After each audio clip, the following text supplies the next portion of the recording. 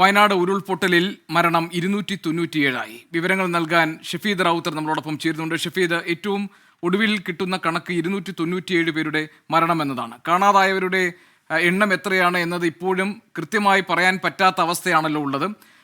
ഇന്നിപ്പോഴും മുഖ്യമന്ത്രി വാർത്താ സമ്മേളനത്തിൽ പറഞ്ഞത് ഇനി ആരെയും ജീവനോടെ കിട്ടാനുള്ള സാധ്യതയില്ല എന്ന് സേന അറിയിച്ചു എന്നതാണ്. എന്താണ് ഷഫീദ് പുതിയ വിവരങ്ങൾ? മരണസംഖ്യ കൂടുകയാണ് ഇന്നും ചെയ്തത്. ഏതെങ്കിലും തരത്തിൽ ആശ്വാസത്തിനോ അല്ലെങ്കിൽ മറ്റെന്തെങ്കിലും തരത്തിലുള്ള കാര്യങ്ങൾക്കുള്ള വക ഈ ദുരന്ത ഭൂമിയിലില്ല. മാത്രവുമല്ല, കാണാതായവരെ കുറിച്ചുള്ള ഒരു കൃത്യമായ കണക്ക് നമുക്ക് ഇതുവരെയും കിട്ടിയിട്ടില്ല. അതിൽ റവന്യൂ വകുപ്പ് പറയുന്ന ചില കണക്കുകൾ ഉണ്ടെങ്കിൽ കൂടി അത് പ്രോപ്പർ അല്ല എന്നുള്ളതാണ് നമ്മൾ മനസ്സിലാക്കാൻ കഴിയുന്ന കാര്യം. ഇപ്പോഴും നമുക്ക് ഈ ദൃശ്യങ്ങളിൽ കാണാൻ സാധിക്കും. അതായത് ഈ ബെയിലി പാലത്തിന്റെ നിർമ്മാണം പൂർത്തിയായ ശേഷം ആ വഴികളിൽ കൂടിയൊക്കെ ഇങ്ങോട്ടേക്ക് വരുന്ന ആളുകൾ, ഈ രക്ഷാപ്രവർത്തനത്തിൽ പങ്കുചേർന്ന ആളുകൾ അടക്കമുള്ള ആളുകൾ തിരികെ മടങ്ങി വരികയാണ്. ഇന്ന് നമുക്കറിയാം, ഇന്ന് ഒരു 3 മണി മുതൽ കാര്യമായ മഴയുണ്ടായിരുന്നു. ആ മഴ അടിസ്ഥാനത്തിലാണ് തൊട്ടപ്പുറത്തുള്ള മുണ്ടക്കൈയിലുള്ള ആളുകളെ ഇങ്ങോട്ടേക്ക് മാറ്റിയത്. ശേഷവും ഒരു ശ്രമം NDRFന്റെ ഒക്കെ ഭാഗത്തു നിന്ന്, സേനയുടെയും ഭാഗത്തു നിന്നുണ്ടായി. എന്നാൽ അത് പൂർണ്ണ അർത്ഥത്തിൽ ഫലം കണ്ടില്ല. കാരണം വീണ്ടും മഴ തുടങ്ങിയതോടുകൂടി അവരെയും ഇങ്ങോട്ടേക്ക് എത്തിക്കുകയായിരുന്നു. ഇനിയിപ്പോൾ ഇവിടുത്തെ ട്രാൻസ്പോർട്ടേഷൻ സുഗമമായിരിക്കുന്നു. അതുകൊണ്ട് തന്നെ സ്വാഭാവികമായും നാളെ മുതൽ ആധുനിക യന്ത്രങ്ങൾ ഉപയോഗിച്ചുകൊണ്ട് നമുക്ക് മുണ്ടക്കൈ, മേലെ മുണ്ടക്കൈ അടക്കമുള്ള പ്രദേശങ്ങളിൽ തിരച്ചിൽ നടത്താൻ കഴിയും.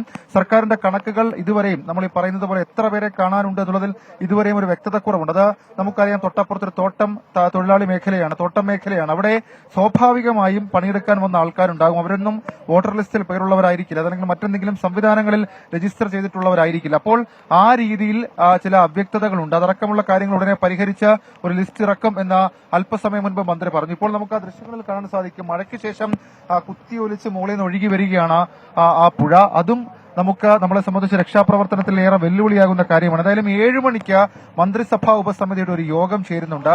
തുടർ രക്ഷാപ്രവർത്തനം ചർച്ച ചെയ്യുകയാണ് ലക്ഷ്യം. മാത്രവുമല്ല, 7:30 വിവിധ സേനാ വിഭാഗങ്ങൾ, അതേപോലെ മറ്റുള്ള റെസ്ക്യൂവിൽ പങ്കെടുക്കുന്ന ആളുകൾ, അവരുടെ ഒരു യോഗവും വിളിച്ചു ചേർക്കും. മന്ത്രിമാർ ആ യോഗത്തിൽ പങ്കെടുക്കുകയും ചെയ്യും.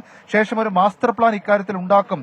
അതായത് നാളെ മുതലുള്ള രക്ഷാപ്രവർത്തനത്തിന് ഒരു മാസ്റ്റർ പ്ലാൻ ഉണ്ടാക്കും എന്നുള്ളതാണ് മന്ത്രി കെ രാജൻ, റവന്യൂ മന്ത്രി കെ രാജൻ അല്പസമയം മുൻപ് നമ്മളെ കണ്ടപ്പോൾ പറഞ്ഞ ഒരു കാര്യം.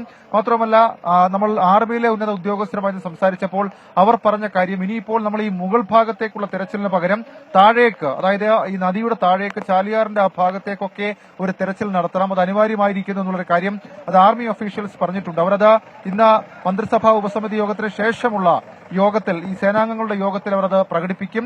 അതിനുശേഷം മന്ത്രിമാരുടെ കൂടി അഭിപ്രായം, സർക്കാരിന്റെ കൂടി അഭിപ്രായം കേട്ട ശേഷമായിരിക്കും ഇതിന് താഴേക്ക്, ഞാനിപ്പോൾ ഈ നിൽക്കുന്ന പ്രദേശത്തിന് താഴ്ഭാഗത്തേക്ക്, നദി ഒഴുകി പോകുന്ന ഭാഗത്തേക്ക് സൈന്യത്തിന്റെ അടക്കം തെരച്ചിലുണ്ടാകും. ഇതിൽ 1100ഓളം അധികം ആളുകളാണ് മേലെ മുണ്ടക്കൈ, ചൂരൽമല അടക്കമുള്ള പ്രദേശങ്ങളിൽ ഇപ്പോൾ ഈ രക്ഷാപ്രവർത്തനത്തിൽ പങ്കെടുക്കുന്നത്. നമ്മളെ സംബന്ധിച്ച് ഏറ്റവും വലിയ വെല്ലുവിളി കാലാവസ്ഥ തന്നെയാണെന്നുള്ള കാര്യത്തിൽ തർക്കമില്ല. മഴ ഇങ്ങനെ പെയ്തുകൊണ്ടിരിക്കുന്നു. രാവിലെ മൂടൽമഞ്ഞാണെങ്കിൽ വൈകിട്ട് അത് മഴയാണ്. ഇപ്പോൾ അല്പസമയത്തിനുള്ളിൽ വീണ്ടും ഈ മൂടൽമഞ്ഞിറങ്ങാനുള്ള സാധ്യതയുമുണ്ട്. ഗോപികൃഷ്ണൻ. ഷഫീദ് റാവുത്തറാണ് വിവരങ്ങൾ നൽകിയത്.